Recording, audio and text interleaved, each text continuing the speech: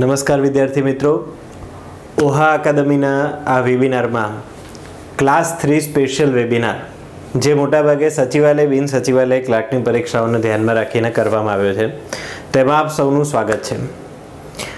ગઈકાલે એટલે કે પહેલા દિવસે નવીન ચૌધરી સરે જનરલ સાયન્સ સામાન્ય વિજ્ઞાનના અગત્યના ભાગની તમને ચર્ચા કરી અને આ વેબિનારની શરૂઆત કરી હતી.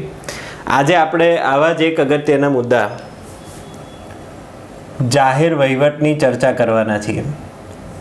જાહેર વહીવટ અને બંધારણ એ વર્ગ 3ની પરીક્ષાઓ માટે અને સ્પેશિયલ જો સચિવાલય બિન સચિવાલય ક્લાર્કની વાત કરીએ તો એના માટે અગત્યનું છે.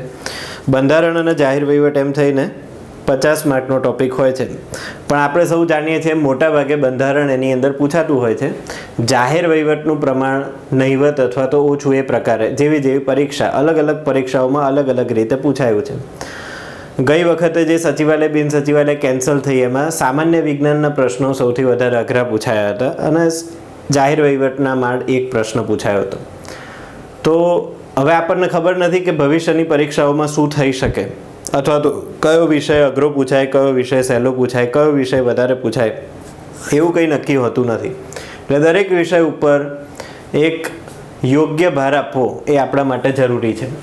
હવે આ જાહેર વહીવટ છે, મોટાભાગના વિદ્યાર્થી મિત્રોને એવું થતું હોય છે કે ભાઈ મને જાહેર વહીવટ બહુ આવડતું નથી અથવા તો મને એમાં ઓછી મજા આવે છે, તો જે પરીક્ષામાં આવે એવું હોય એવું જ હું તૈયાર કરું. એના સિવાય તમે ઘણા બધા લોકો એવું કહેતા હોય છે કે સાહેબ તમે અમને પોઈન્ટ આઉટ આપી દો, આટલા પોઈન્ટ આપી દો કે આટલા અમારે તૈયાર કરવા જોઈએ, આ ટોપિક અમે તૈયાર કરીએ અથવા તો આ પ્રશ્નો અમે તૈયાર કરીએ, એટલું જ અમે તૈયાર કરીશું. તો એ દ્રષ્ટિએ આપણે જાહેર વહીવટની ચર્ચા અહીંયા કરવાની છે. સૌથી પહેલાં હું તમને એ વાત કરીશ કે જાહેર વહીવટની અંદર તમારા માટે વર્ગ 3ની અંદર કયા અગત્યના મુદ્દાઓનો સમાવેશ થયેલો છે. વર્ગ 3ની વાત છે, જીપીએસસીની ચર્ચા આપણે અત્યારે કરતા નથી. વર્ગ 3ની અંદર જે જાહેર વહીવટ લખેલું છે ગૌણ સેવા પસંદગી મંડળે, એમાં કયા કયા પ્રકારના મુદ્દાઓનો સમાવેશ થાય છે. તો કોઈ જગ્યાએ એનું સ્પેસિફિકેશન નથી આપેલું કે ભાઈ જાહેર વહીવટ વર્ગ 3ની અંદર આટલા મુદ્દાઓ પૂછવા, પણ અત્યાર સુધીની પરીક્ષાઓમાં જે પૂછાયું છે એના આધાર ઉપર આપણે એને બાયફર્ગેટ કરીએ તો કંઈક એવા મુદ્દાઓ આપણને દેખાય કે જે મુદ્દાઓ સતત અને હંમેશા અલગ અલગ પરીક્ષાઓમાં પૂછાતા આવ્યા છે. એની આપણે સૌથી પહેલાં તો વાત કરીએ. તો એવા કયા કયા મુદ્દાઓ છે? તો સૌથી પહેલાં છે જાહેર વહીવટનો અર્થ. સ્વાભાવિક છે, કોઈ પણ વિષયનો આ અર્થ હતો. પછી છે પ્રકૃતિ, જાહેર વહીવટનો એક વિષય તરીકેનો ઇતિહાસ, કે એક વિષય તરીકે જાહેર વહીવટનો વિકાસ કેવી રીતે થયો, જે અંતર્ગત જાહેર વહીવટના વિકાસના તબક્કાઓ એની અંદર આવતા હોય છે. એ સિવાય જાહેર વહીવટનું કાર્યક્ષેત્ર અથવા તો તેનું અભ્યાસ ક્ષેત્ર, આ બધું અગત્યનું છે. હવે આ ઇતિહાસની આપણે જો વાત કરીએ તો એમાં બે પ્રકારના મુદ્દા આપણે પાડી શકાય. સૌથી પહેલાં તો જાહેર વહીવટ જે હતું એ પહેલાં એક કાર્ય સ્વરૂપે હતું. અહીંયા એક વિષય તરીકેની વાત છે, એની અંદર વિકાસના તબક્કાઓનો સમાવેશ થાય. જ્યારે જાહેર વહીવટ એક વિષય તરીકે નહોતું ત્યારે શું સ્થિતિ હતી? તો એનો જવાબ હતો પ્રાચીન સમયમાં વહીવટ. તો પ્રાચીન સમયમાં જે વહીવટ ચાલતો હતો એની વાત છે. પ્રાચીન સમયમાં વહીવટનો ઉદ્ભવ કેવી રીતે થયો? હવે આ પ્રાચીન સમયમાં જે વહીવટનો ઉદ્ભવ કેવી રીતે થયો એ માત્ર અહીંયા એટલે કે ભારતની દ્રષ્ટિએ વાત નથી.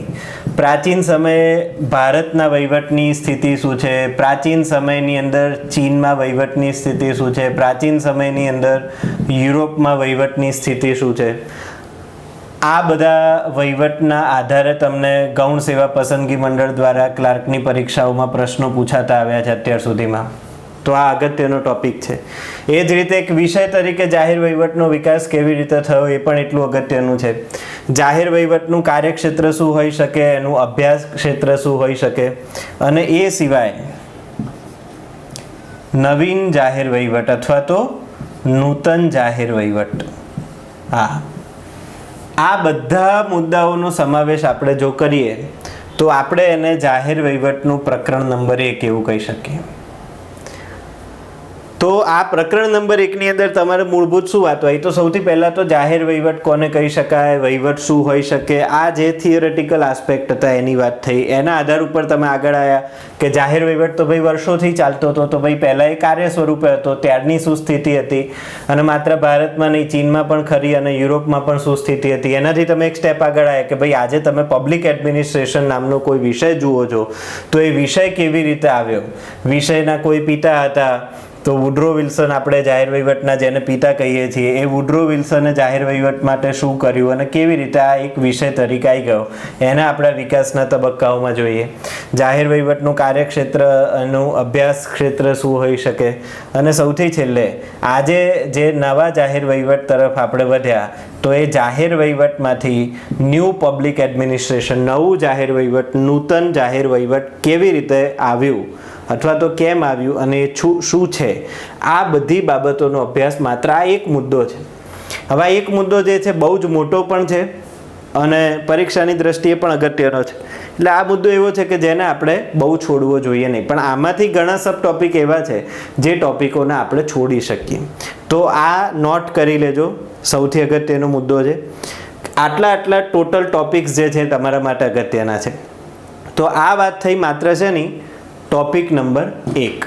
હવે આ ટોપિક નંબર 1 ઉપરથી આપણે એક સ્ટેપ વધારે આગળ વધીએ કે ભાઈ ટોપિક 1માં તો આ બધું આવી ગયું, પછી ટોપિક 2 એ શું છે, 2 નંબરના ટોપિકની અંદર આપણે શેની ચર્ચા કરી શકીએ. તો આ જે નવું જાહેર વહીવટ જે છે એ નવા જાહેર વહીવટમાંથી આગળ વધી અને બન્યું નવું જાહેર સંચાલન. નવું જાહેર સંચાલન, આ નવું જાહેર સંચાલન જે છે મેનેજમેન્ટ, ત્યાં આપણને અહીંયા એક અગત્યની બાબત એડ થયેલી જોવા મળે છે. સંચાલન એટલે કે મેનેજમેન્ટ. તો જાહેર વહીવટ જે છે એ આજે ગવર્નન્સ અને મેનેજમેન્ટના સ્વરૂપે આજે આપણે જોઈએ છીએ. હવે આ મેનેજમેન્ટના સ્વરૂપની વાત કરીએ તો અહીંયા એક ઇકોનોમિકલ પાર્ટ સૌથી મહત્વનો એડ થઈ જાય, અને જો એ ઇકોનોમિકલ પાર્ટને આપણે એડ કરીએ તો જાહેર વહીવટની અંદર આ એવો સમય આવ્યો એવું આપણે કહી શકીએ કે લિબરલાઇઝેશન, પ્રાઇવેટાઇઝેશન અને ગ્લોબલાઇઝેશન. આ લિબરલાઇઝેશન, પ્રાઇવેટાઇઝેશન અને ગ્લોબલાઇઝેશન આવો શબ્દ પડે એટલે સીધું તમને એવું ધ્યાનમાં આવે છે કે આ વાત ક્યારની હોઈ શકે તો કે ભાઈ 1991, ભારત માટે 1991.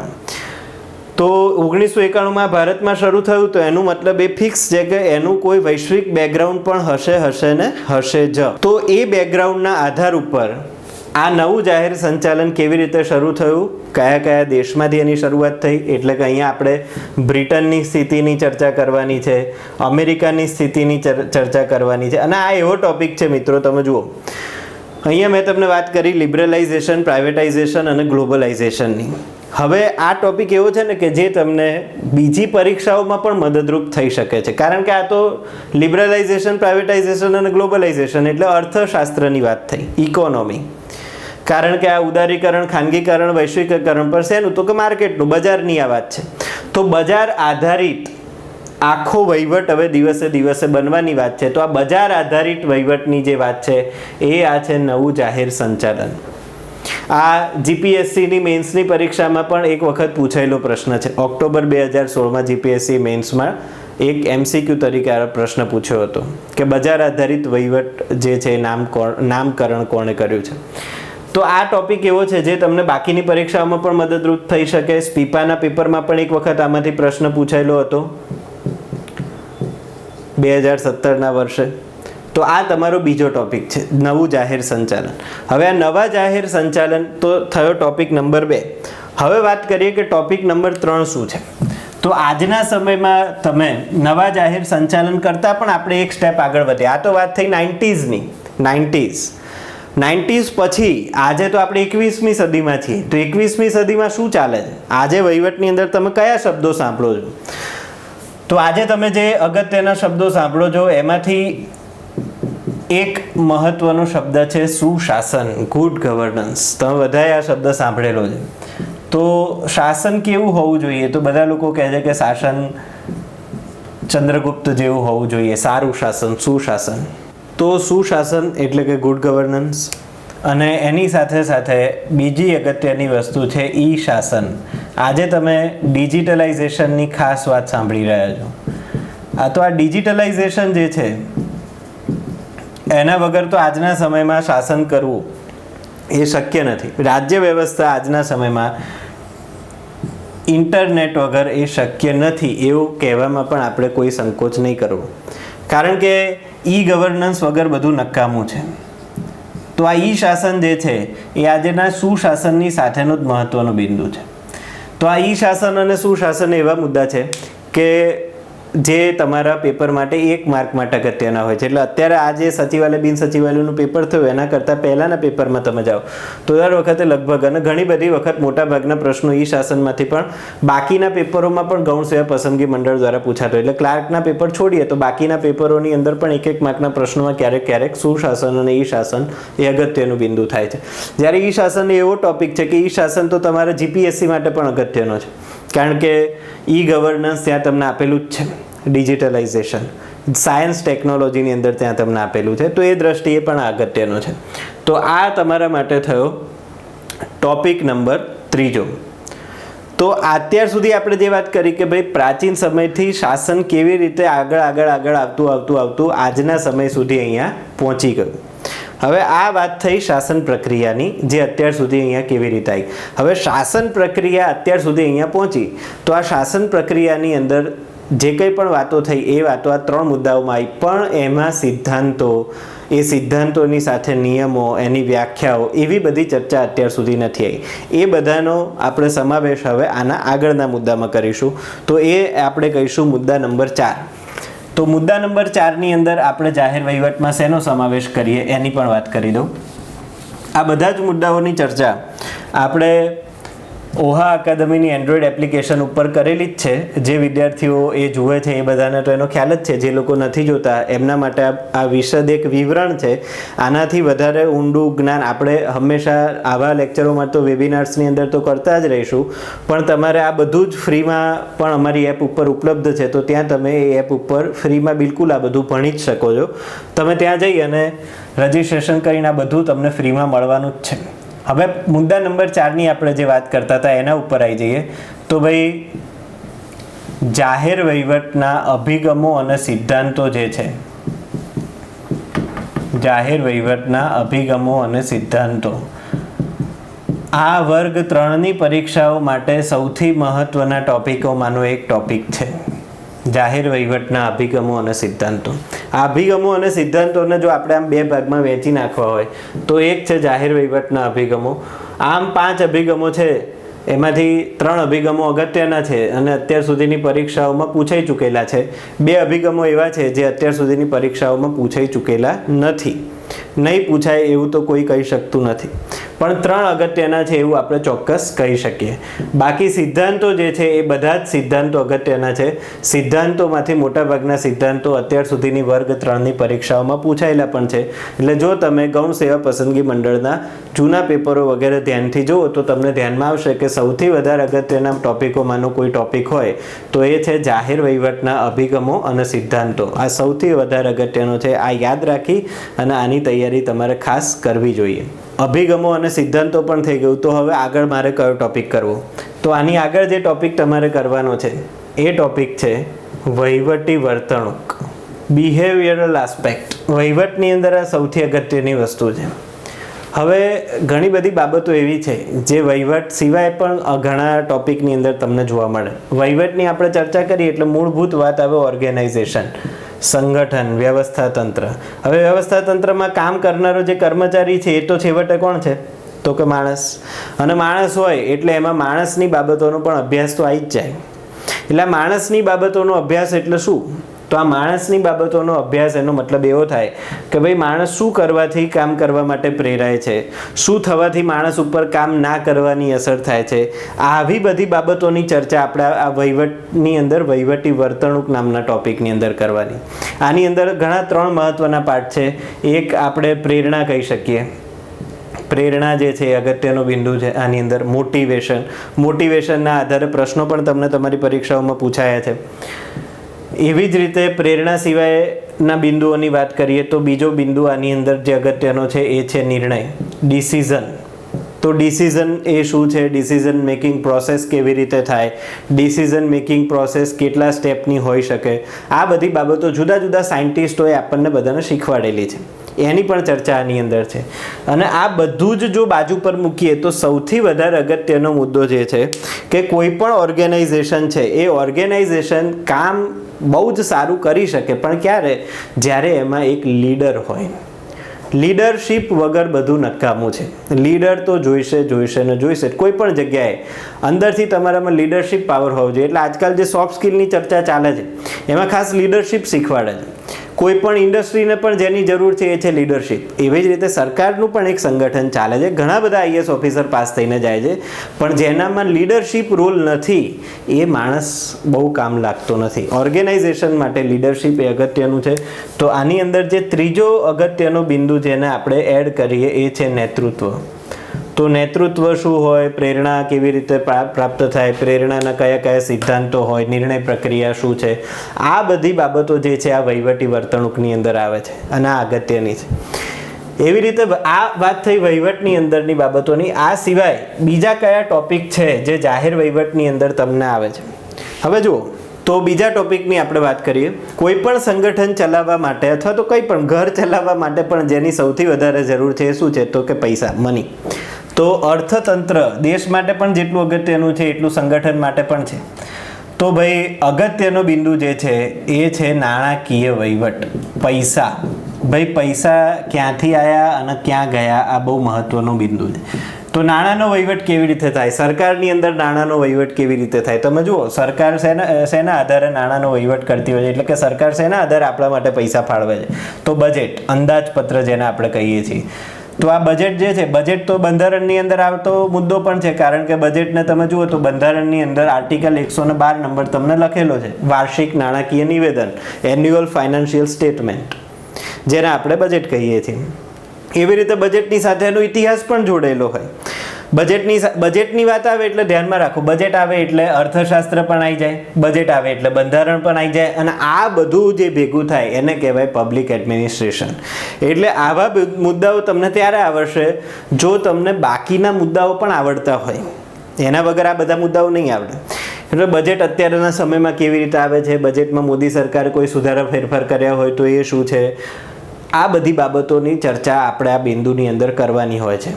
એવી રીતે નાણાકીય વહીવટ સિવાય બીજા કયા અગત્યની વાત છે? તો બીજા મુદ્દાની આપણે વાત કરું.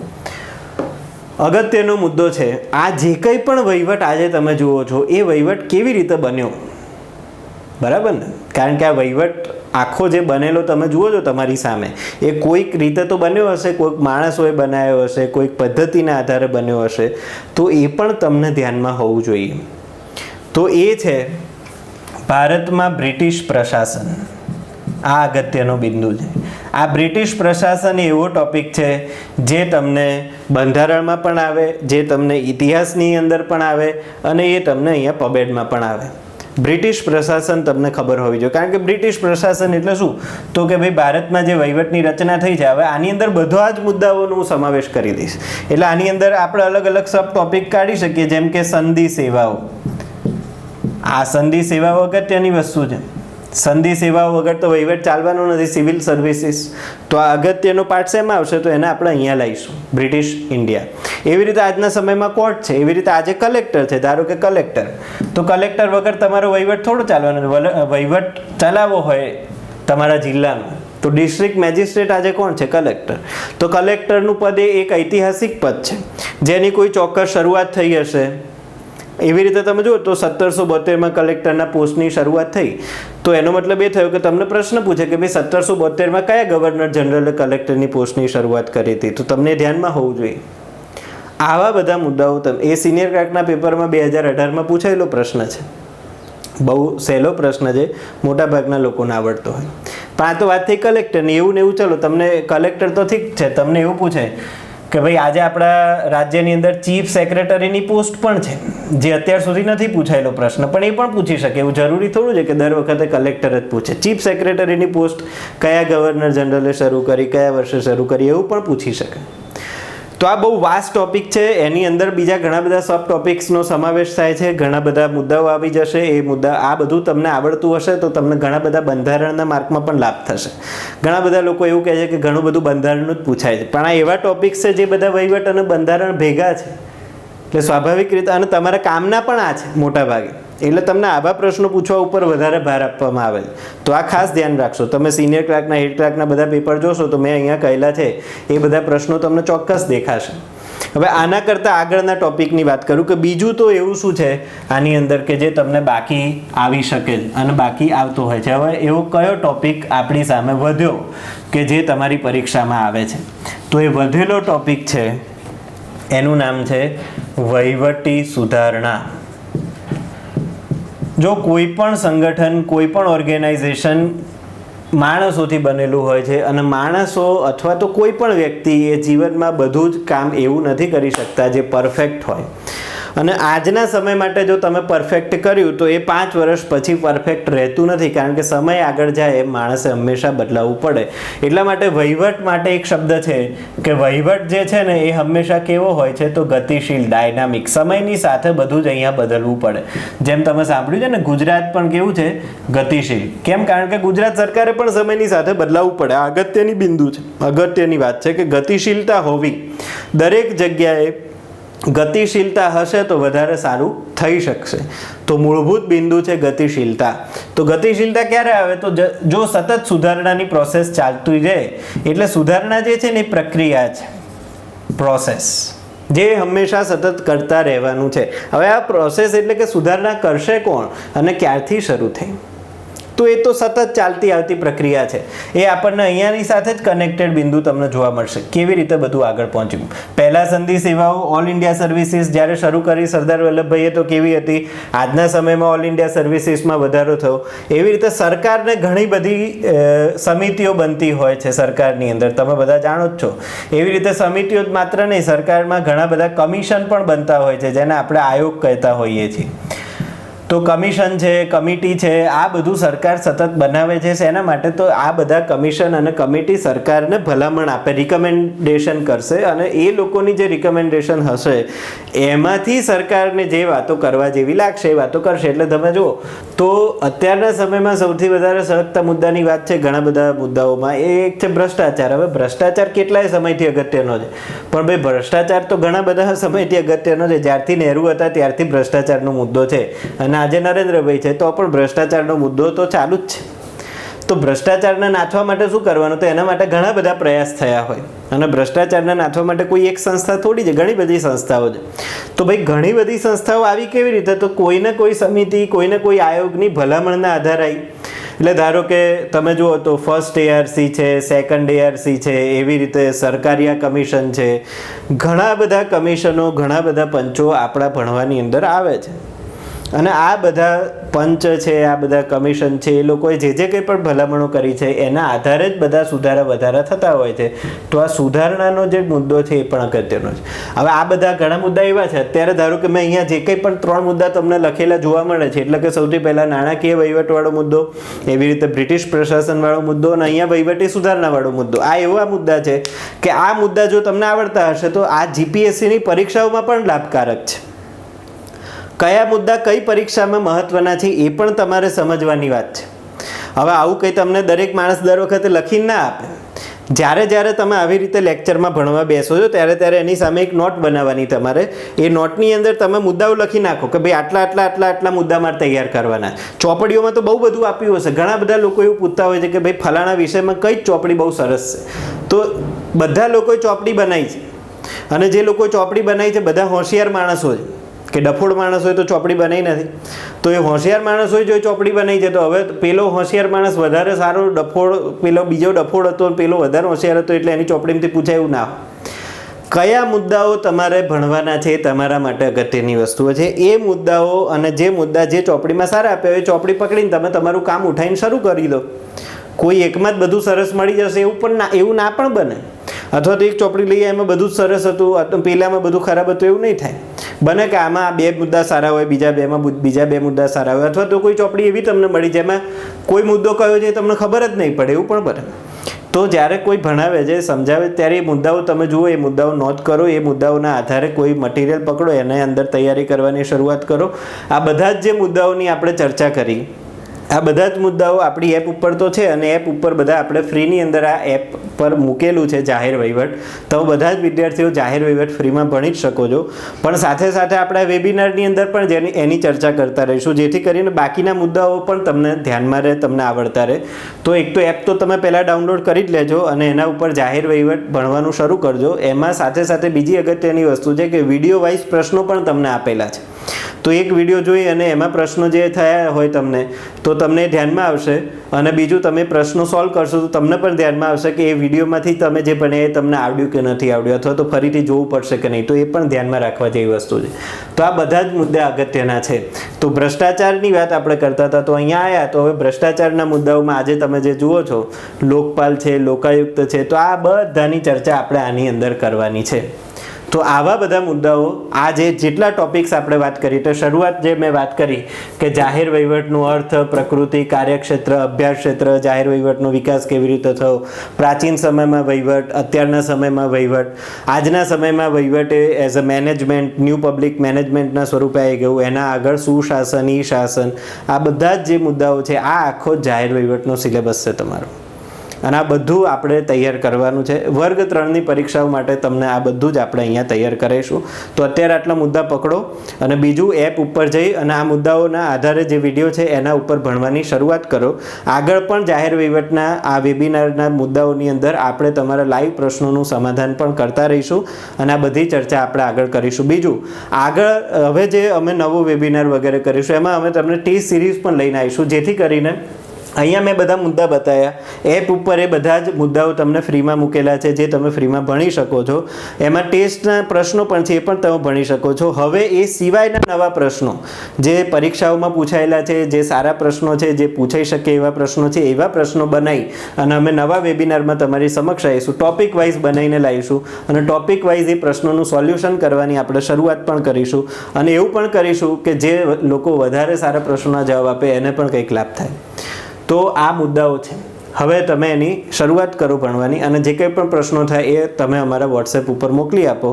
તો એ વોટ્સએપ ઉપર પ્રશ્નો જોઈને એ પ્રશ્નોને પણ આપણે સમાધાનમાં લઈ આવીશું. તમને બધાને ધન્યવાદ.